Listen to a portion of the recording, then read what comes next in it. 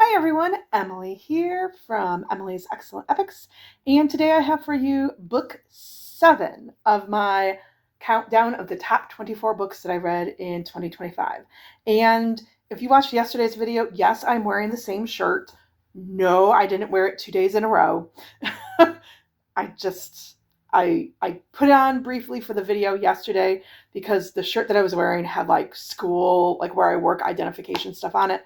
I didn't want that on. And so I put this on for the video and then said, okay, I'll wear it again the next day. So today's the next day. So without further ado, let's get started on book number 7. And this is a book that I really have not seen anyone on BookTube talk about.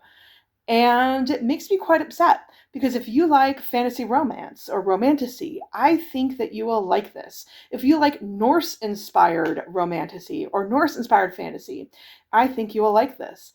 And that is Road of Bones by Demi Winters. This was so good. So good. And I can't believe I'm putting this above Throne of Glass.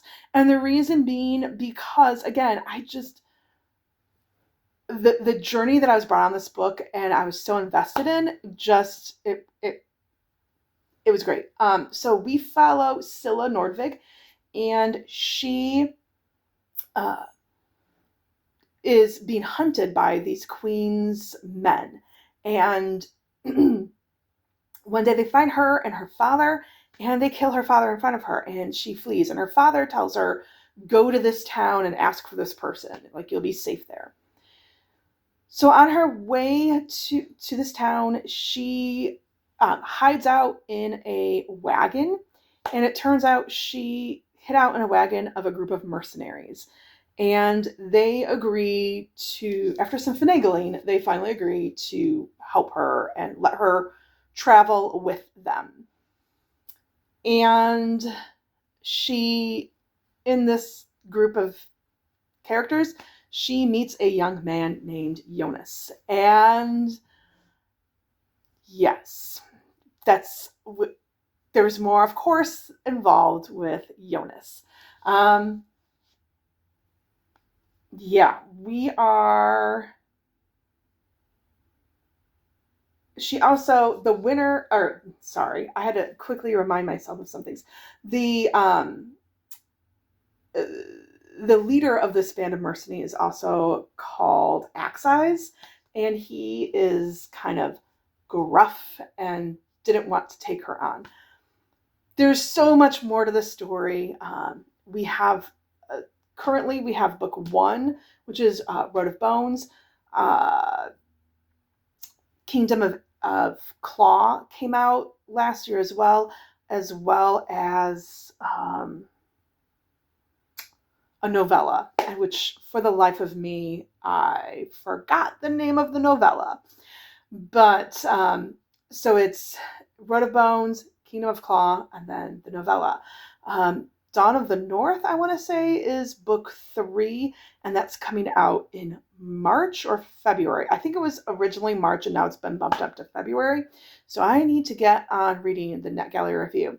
But first, I want to re-listen to Road of Bones and Kingdom of Claw to kind of refresh my memory. But here's another thing that is really cool about this series. The author does a really nice job at the front of the book putting out a summary of what has happened before, what has gone before, to kind of remind you and refresh your memory before you dive into the next books. And I appreciate that. A lot of authors don't do that. It's so super helpful.